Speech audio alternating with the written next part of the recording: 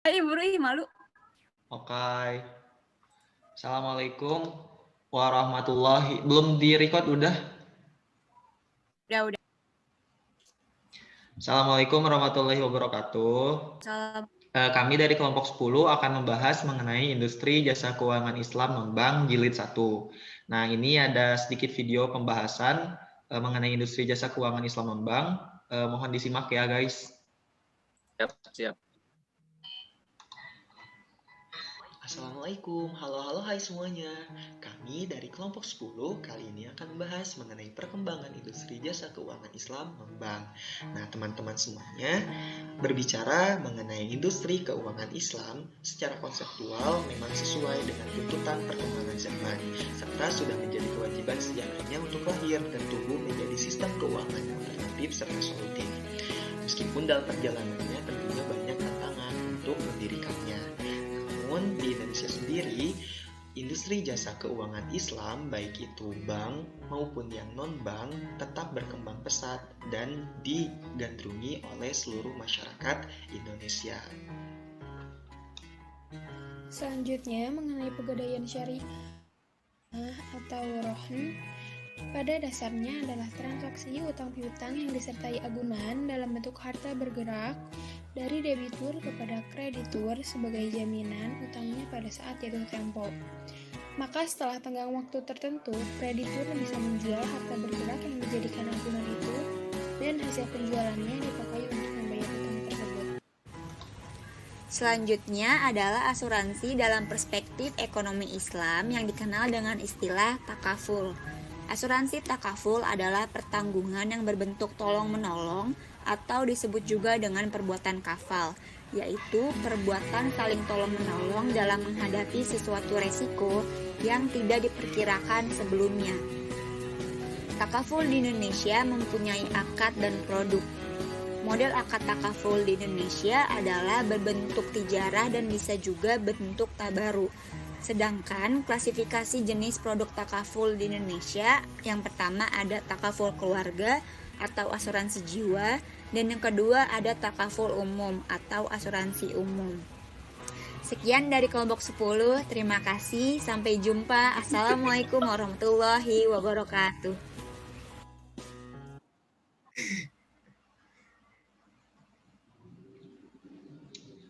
Nah, tadi sedikit video pembahasan mengenai industri jasa keuangan non-bank ya guys. Sekarang kita presentasi langsung melalui PowerPoint.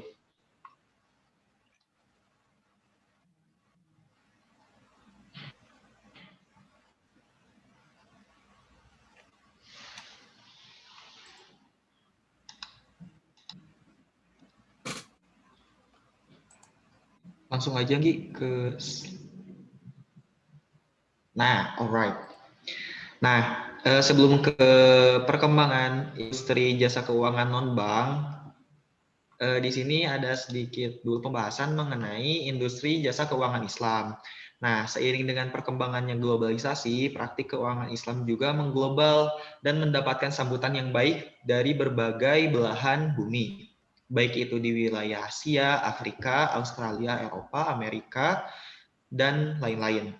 Nah, aset perbankan Islam sebagai salah satu industri yang paling populer dalam keuangan Islam mencapai 882 billion US dollar, setara dengan 11.466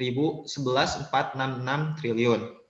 Nah, kemudian untuk di Indonesia sendiri, pertumbuhan aset industri keuangan syariah mencapai 43%, sedangkan di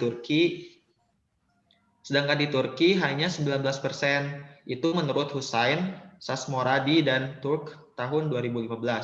Nah, kemudian menurut penelitian Nurfala et al. 2018, industri keuangan syariah khususnya perbankan syariah relatif lebih tahan terhadap gejolak krisis dibanding dengan industri perbankan konvensional meskipun perlu perbaikan dalam beberapa aspek. Nah, untuk menjalankan industri jasa keuangan Islam ini banyak sekali hambatan-hambatan, apalagi di masa sekarang gitu, di masa serba modern, serba teknologi, dan juga khususnya di dunia sendiri yang memang manusianya beragam gitu. Lanjut Gi. Nah, salah satu jenis lembaga keuangan Islam di Indonesia, menurut perundang-undangan itu ada dua.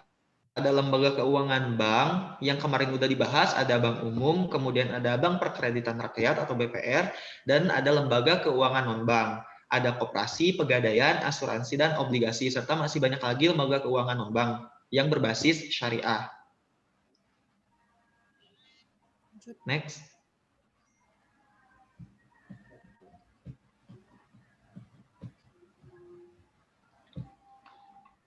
Nah, kemudian di sini industri keuangan non-bank syariah yang meliputi asuransi syariah, pembiayaan syariah, penjaminan syariah, modal ventura syariah, dan jasa keuangan syariah lainnya mengalami pertumbuhan rata-rata hingga 62,29% per tahun dengan total aset secara keseluruhan adalah 64.880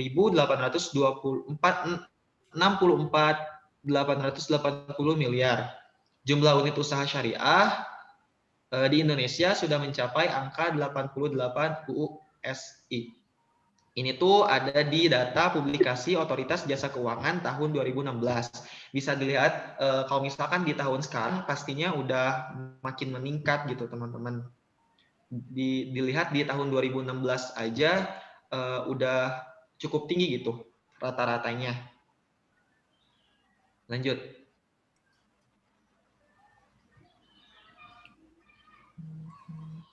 Nah, tadi kan aku bilang kalau misalkan dalam pendirian industri jasa keuangan non-bank ini ada tantangan yang harus dihadapi. Nah, yang pertama ini pertumbuhan pasar industri keuangan non-bank syariah yang membutuhkan sponsorship kuat, khususnya dari aspek permodalan dan kepemimpinan untuk sumber daya manusia.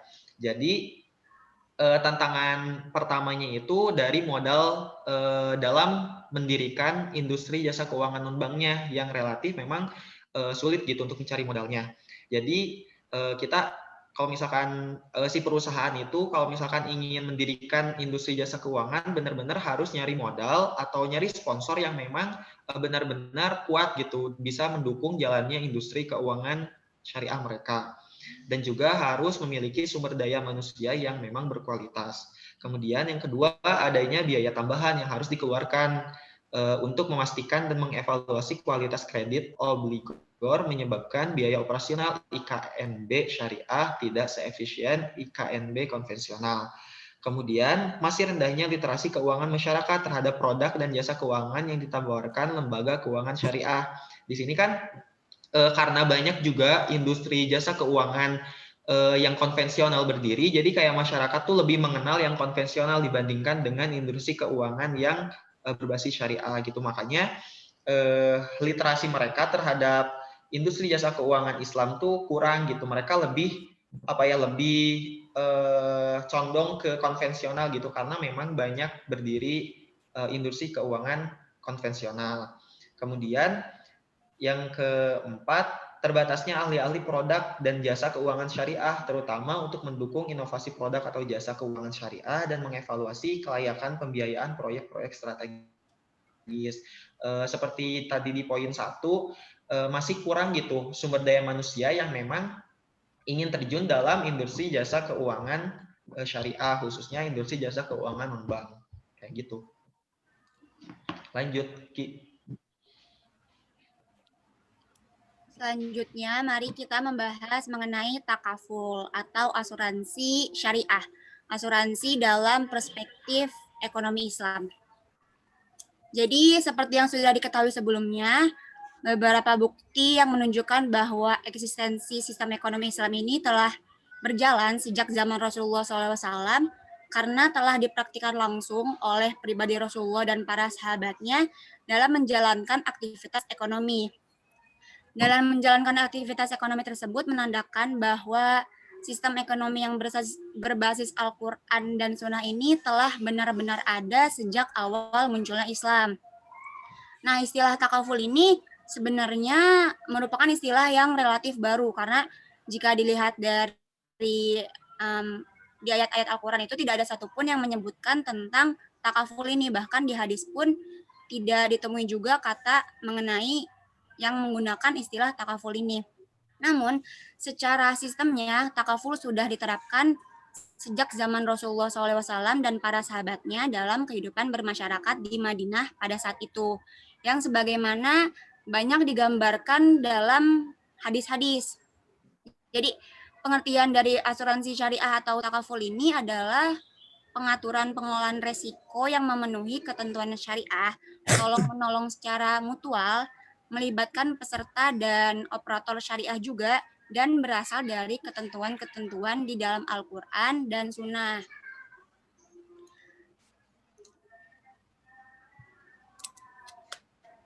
Dalam asuransi syariah atau takaful dapat akad dan juga produknya di Indonesia. Akad dan produk takaful di Indonesia ada 2. Yang pertama akad tijaroh dan yang kedua akad tabaru.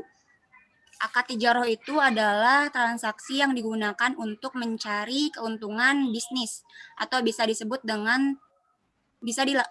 dengan dilakukannya akad ini tuh untuk tujuan komersil. Contohnya seperti murobahah, mudorobah, dan ijaroh. Sedangkan akad tabaru ini adalah transaksi yang digunakan untuk tujuan saling tolong-menolong dalam rangka kebajikan dan bukan semata-mata untuk tujuan komersil. Karena akad tabaru juga disebut sebagai sumbangan sukarela. Contohnya itu seperti rohan, wakalah, dan hawalah. Dan terdapat klasifikasi jenis-jenis produk yang ditawarkan oleh lembaga asuransi takaful ini. Yang ada 2. Yang pertama takaful keluarga atau asuransi jiwa, dan yang kedua takaful umum. Takaful keluarga itu asuransi mengenai perlindungan diri. Itu singkatnya. Dan kalau untuk takaful umum itu asuransi untuk harta benda. Jadi kalau asuransi takaful keluarga itu untuk diri, kayak kalau kita kecelakaan atau sesuatu menimpa kepada kita, diri sendiri, sakit gitu, itu pakainya takaful keluarga, asuransi jiwa. Kalau untuk takaful umum itu seperti harta benda, kayak mobil, motor, itu ada asuransinya. Seperti itu. Dan bencana di sini juga untuk asuransi umum itu, bencana itu bisa bukan bencana alam doang, jadi kayak dimaling juga atau hilang, itu ada asuransinya juga. Seperti itu. Dan terdapat juga produk-produk takaful keluarga dan takaful umum. Kalau takaful keluarga itu produk-produknya seperti takaful dana investasi, takaful pendidikan, takaful dana haji, takaful kesehatan, takaful kecelakaan diri. Nah, kalau produk-produk asuransi takaful umum itu seperti sudah jelas, takaful harta benda, takaful kebakaran, takaful kendaraan bermotor, takaful resiko pembangunan, dan takaful penyimpangan uang. Selanjutnya, perbedaan antara asuransi syariah dan asuransi konvensional. Di sini ada 8 aspek. Yang pertama, kita bahas dulu. Tentunya sistem ekonomi Islam itu memiliki karakteristik yang sangat berbeda dengan sistem ekonomi konvensional, di mana ekonomi Islam ini lebih mengedepankan keberkahan dari setiap kegiatan ekonominya. Nah, perbedaan inilah yang diklaim bahwa sistem ekonomi Islam ini suatu saat diharapkan bisa mensubstitusi sistem ekonomi saat ini. Mari kita membahas mengenai aspek yang pertama, perbedaannya. Dalam konsep, kalau di konvensional itu, konsepnya itu perjanjian antara 2 pihak atau lebih. 2 pihak itu contohnya nasabah sama banknya, perusahaannya, di mana peserta itu mengikatkan diri kepada si banknya ini, si perusahaannya ini, dengan memberikan premi asuransi, dengan membayar premi asuransi. Sedangkan kalau di takaful, konsepnya ini adalah sekumpulan orang yang saling membantu, saling menjamin, dan bekerja sama dengan caranya masing-masing. Yang kedua ada unsur goror, maisir, dan riba. Goror itu berarti ketidakjelasan, maisir itu perjudian, dan riba. Kalau di konvensional masih terdapat unsur goror, maisir, dan riba. Tapi sudah jelas kalau di takaful harus bersih dari segala praktik mengenai goror, maisir, dan riba. Yang ketiga ada mengenai Dewan Pengawas Syariah. Tentunya dalam konvensional itu tidak terdapatnya Dewan Pengawas Syariah, karena dalam konvensional hanya diawasi oleh undang-undang dan peraturan-peraturan dalam pemerintah saja. Namun dalam takaful pasti ada yang namanya Dewan Pengawas Syariah, karena selain peraturan perundang-undangan ada juga Dewan Pengawas Syariah kalau di takaful, karena untuk mengawasi pelaksanaan operasionalnya agar tidak menyimpang dari prinsip-prinsip syariah. Yang keempat ada akad. Kalau di konvensional akadnya hanya akad jual beli seperti akad muawadhah, akad gharar, dan akad mulzim. Di takaful seperti yang sudah dijelaskan sebelumnya ada 2 akad, yaitu akad tabaru dan akad tijaroh. Contohnya itu akad tabaru dan akad tijaroh itu seperti mudharabah, wakalah, wadiah, syirkah, dan sebagainya. Yang kelima mengenai pengelolaan dananya.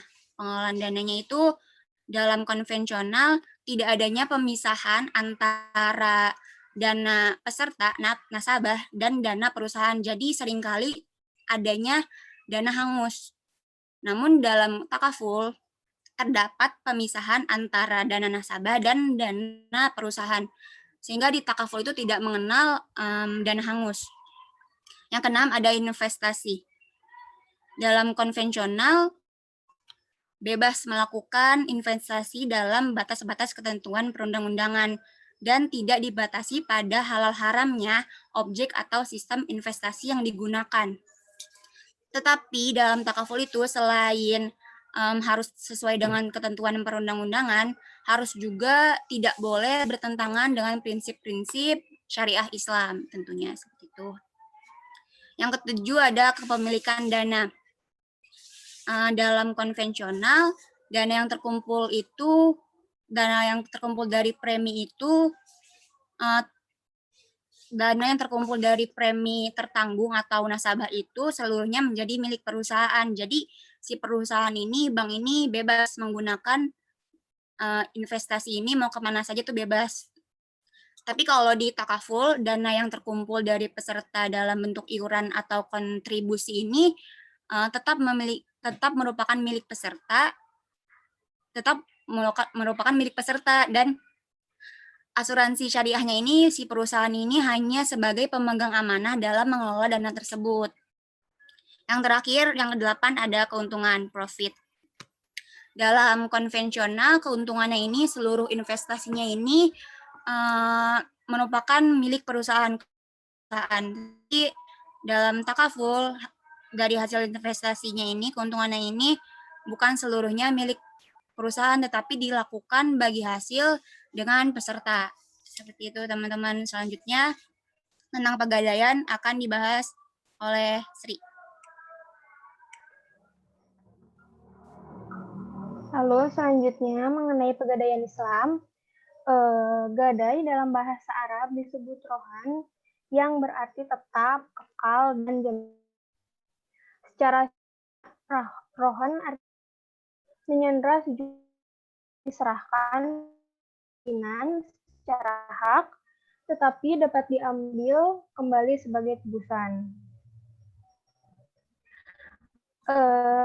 Akad rohan bertujuan agar pemberi pinjaman lebih membadai. Pada hakikatnya adalah kewajiban pihak yang menggadaikan, namun dapat juga dilakukan oleh pihak yang menerima barang gadai dan biayanya harus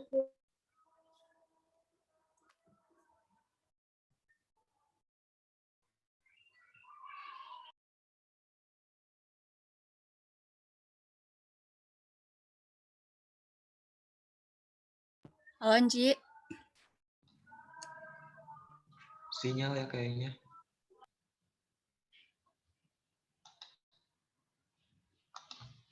Sri, matiin aja videonya, Iya, Sri. matiin aja videonya, Ci.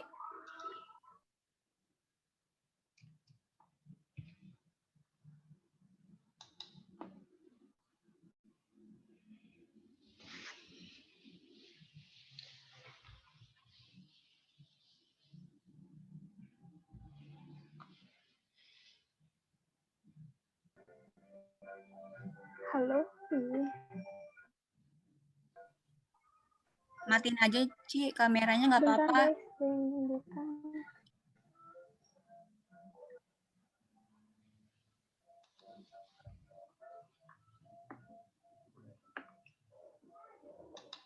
Udah ini lagi kan udah lancar? Udah. Lanjut, Gi.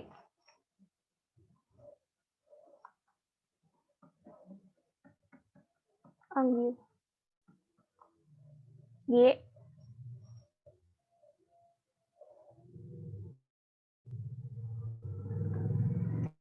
Selanjutnya akad dan produk pegadaian Islam. Pada dasarnya, pegadaian syariah berjalan di atas dua akad transaksi syariah. Yang pertama, akad rohan. Yang dimaksud di sini adalah untuk menahan harta milik si peminjam sebagai jaminan atas pinjaman yang diterimanya. Pihak yang menahan jaminan untuk mengambil kembali atau sebagian piutangnya. Akad ini pegadaian menahan barang bergerak sebagai jaminan atas utang nasabah. Lalu yang kedua, akad ijaroh, yaitu akad pemindahan hak guna atas barang dan jasa melalui pembayaran upah sewa tanpa diikuti dengan pemindahan kepemilikan atas barangnya itu sendiri. Melalui akad ini dimungkinkan bagi pegadaian untuk menarik sewa atas penyimpanan barang bergerak milik nasabah yang telah melakukan akad. Lalu, mengenai syarat pegadaian Islam, yang pertama, akad tidak mengandung syarat fasik atau batil. Yang kedua, mahrun bih atau pinjaman merupakan hak dikembalikan kepada murtahin dan bisa dilunasi dengan barang yang digadaikan tersebut serta pinjaman itu jelas. Lalu yang ketiga, mahrun atau barang yang digadaikan.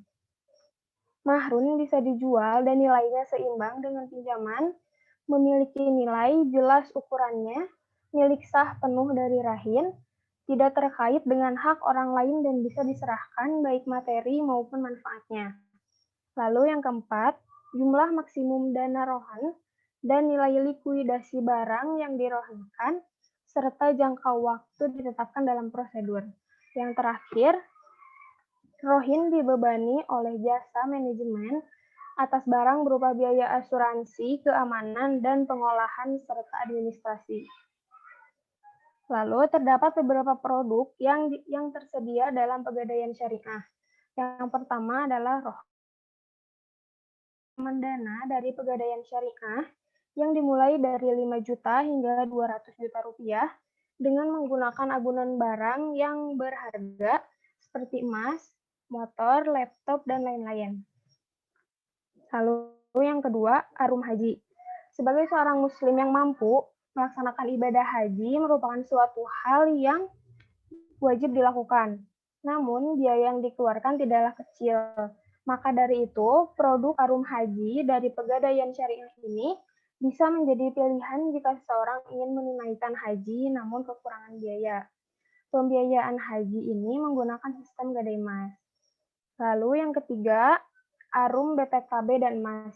Produk ini ditujukan untuk pengusaha mikro yang ingin meminjam dana, namun pinjaman harus disertai dengan jaminan BPKB dan BPKB kendaraan atau emas yang dimiliki. Lalu yang terakhir, amanah. Produk ini ditujukan untuk seorang yang ingin membeli kendaraan. Lalu perbedaan, lanjut Di. Lalu mengenai perbedaan pegadaian Islam dan konvensional. Dalam pegadaian konvensional didasarkan pada peraturan pemerintah nomor 103 tahun 2000.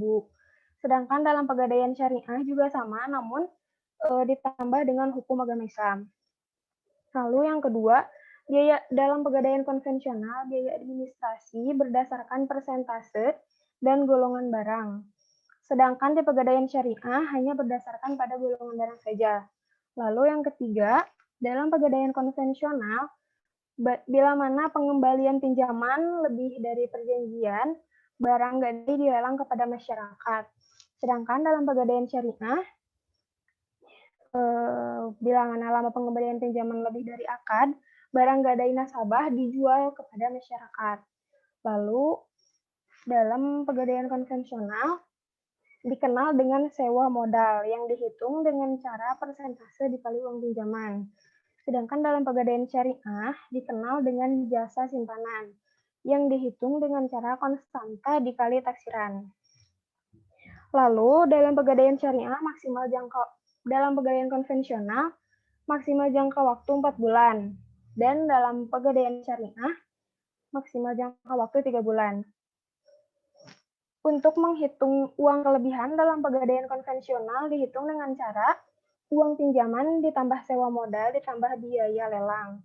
Sedangkan dalam pegadaian syariah, hasil penjualan dikurangi uang pinjaman ditambah jasa penitipan ditambah biaya penjualan. Lalu dalam pegadaian konvensional mengenakan biaya bunga terhadap nasabah yang memperoleh pinjaman. Sedangkan dalam pegadaian syariah tidak mengenakan bunga kepada nasabah yang mendapatkan pinjaman. Lalu yang terakhir, dalam pegadaian konvensional dikenal istilah-istilah gadai, pegadaian, nasabah, barang pinjaman, dan pinjaman. Sedangkan dalam pegadaian syariah, istilah yang digunakannya adalah rohan, murtahin, kahin, mahrun, dan mahrundi. Sekian dari kelompok 11. Terima kasih.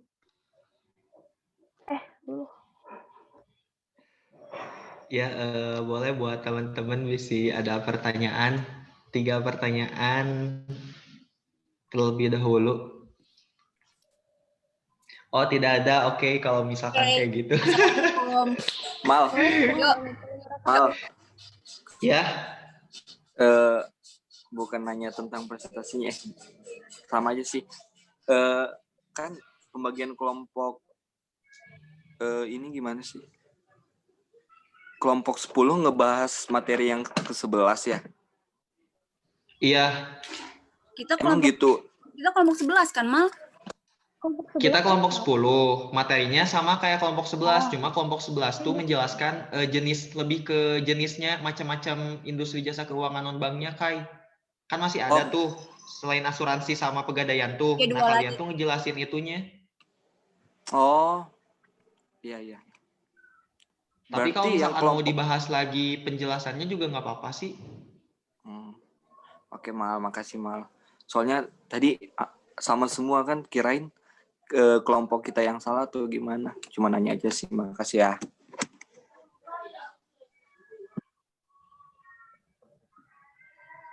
Ya, udah 1 pertanyaan tuh guys, 2 pertanyaan lagi.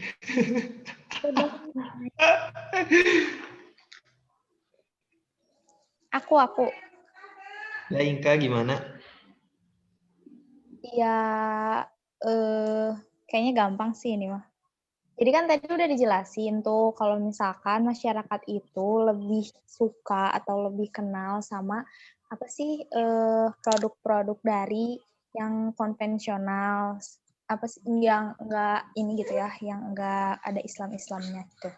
Nah, terus gimana sih cara yang syariah itu biar mempromosikan gitu, biar lebih biar lebih akrab gitu sama masyarakat, biar lebih banyak gitu si Oke. anggotanya. Enggak.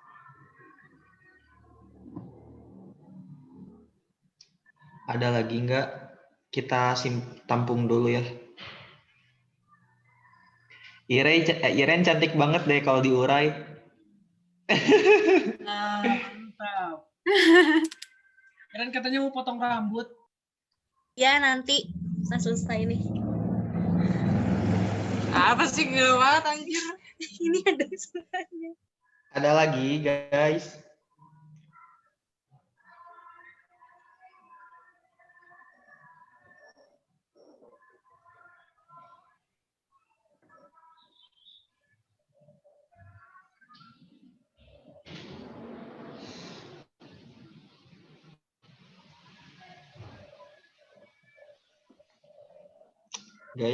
Guys.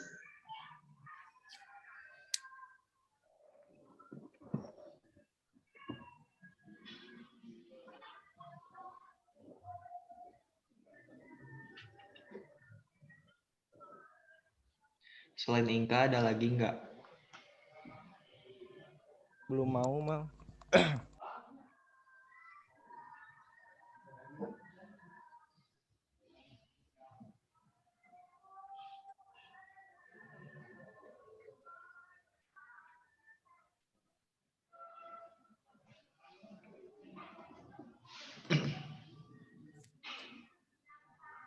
Mau nanya we atau mau? Dua. Ya, aku coba jawab dulu. Oh, coba nanya. Oh, sok Fit mau nanya dulu aja. Aku mau nanya yang di PPT. Gak apa-apa, buka lagi gak PPT. Yang tantangan. Gak apa-apa. Bentar. Yang tantangan. Pokoknya. Yang tantangan.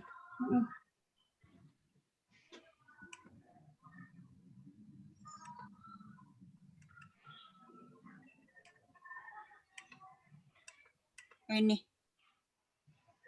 ya. Kan yang nomor 1 teh pertumbuhan pasar IKNB syariah yang membutuhkan sponsorship yang kuat, khususnya dari aspek permodalan. Nah, kenapa sih hal itu teh bisa terjadi gitu? Apakah karena kan yang kita tahu bahwa modal dalam syariah kan tidak boleh haram ya, harus dapat modalnya teh halal. Apakah karena terbatas akan hal itu sehingga susah gitu dalam apa? Sehingga susah dalam mendapatkan modal gitu. Apakah karena itu atau emang ya susah aja gitu dapat permodalannya teh? Soalnya kan aku mikirnya kalau syariah kan gak mungkin kerja sama yang kayak sama dari modal-modal yang asing gitu, yang misalkan nggak menerapkan syariah gitu. Ngerti gak pertanyaannya? Iya. Nah, kayak gitu. Apakah Iya, terbatas iya. gitu? Sehingga menyulitkan mendapatkan modal. Terima kasih.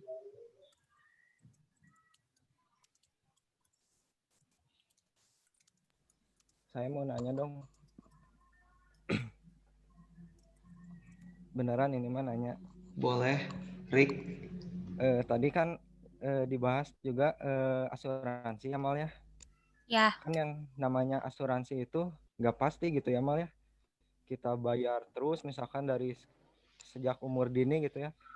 Terus tahu-tahunya sampai tua nanti nggak sehat-sehat aja gitu ya, nggak sakit-sakit. Terus itu uangnya dikemanain gitu Mal. Saya juga pernah membahas materi ini di SMA gitu ya. Jadi ada dua pendapat ulama yang mengatakan bahwa asuransi ini tuh diperbolehkan, ada juga yang enggak gitu. Menurut kelompok Jamal dan kawan-kawan bagaimana gitu? Terima kasih. Oke.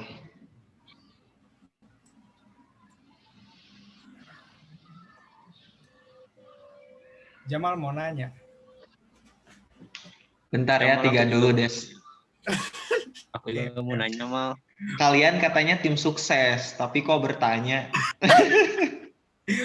Nanya. Ya biar sukses. Dasar ya tim pelangi. Biar rame. Betul. Biar hidup ya. Biar hidup. Iya. Iya, mau jawab dulu yang Inka tadi. Nah, alasan sebelum ke cara promosinya, alasan yang memang menjadikan masyarakat lebih kenal dengan industri keuangan konvensional itu karena memang yang banyak berdirinya dan memang yang pertama kali diperkenalkan kepada masyarakatnya itu bank konvensional gitu. Terus juga kan banyak juga mereka tuh kayak industri konvensional tuh banyak banget mempromosikan gitu. Terus juga kayak ada kayak kelebihan dari industri mereka tuh mereka perkenalkan gitu. Dan tentunya juga karena memang ada ada bunga di industri konvensionalnya itulah yang bikin memang masyarakat lebih lebih berminat gitu ke sana.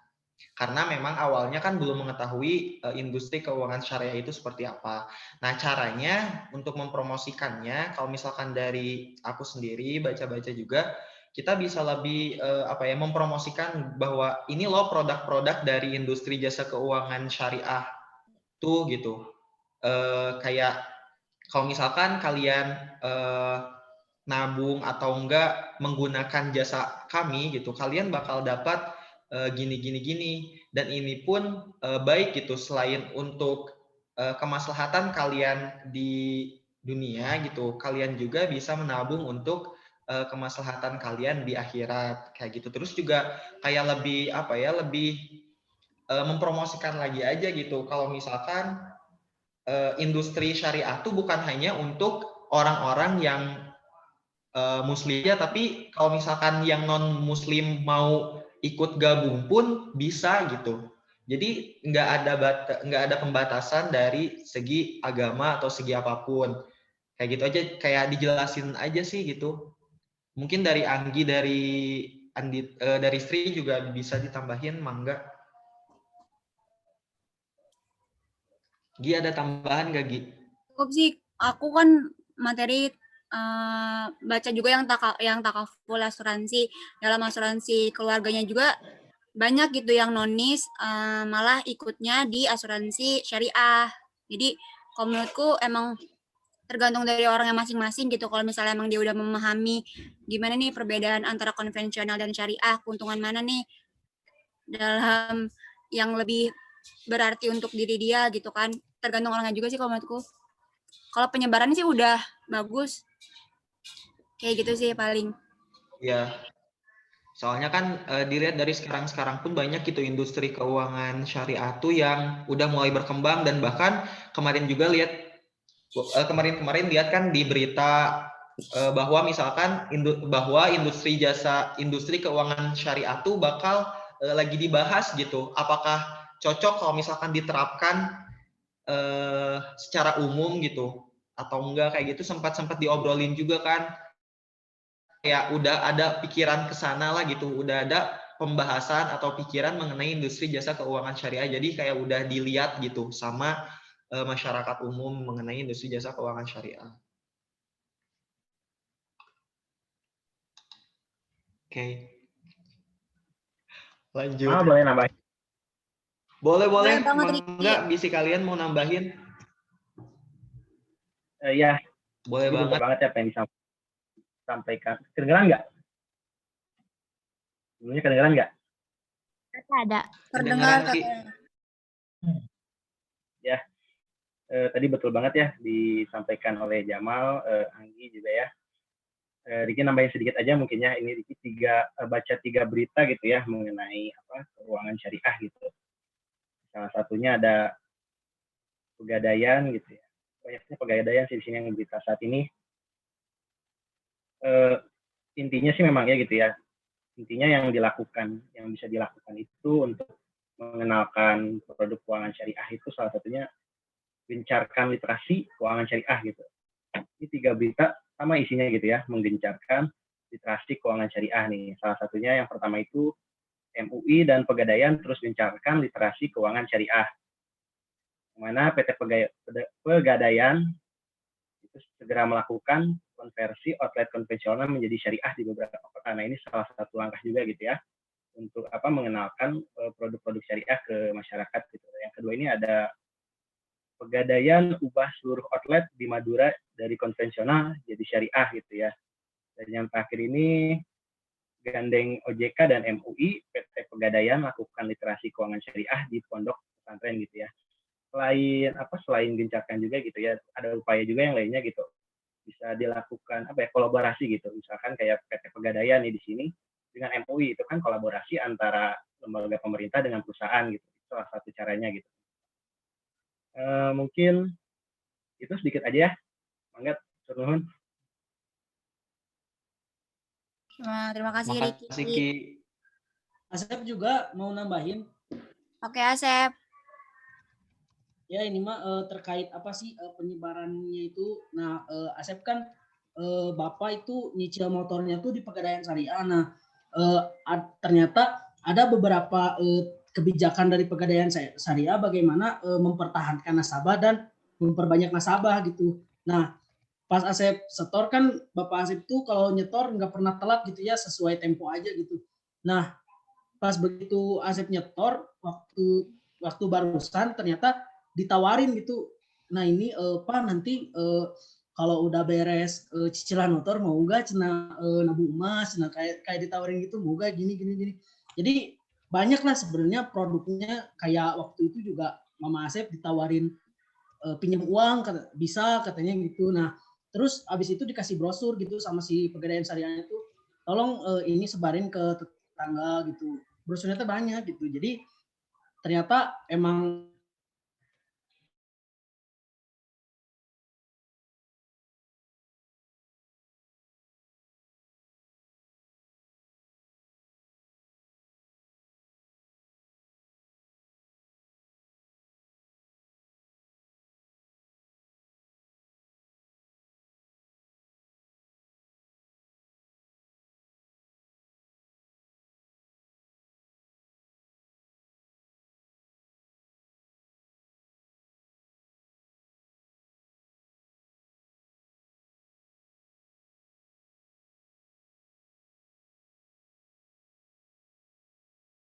full.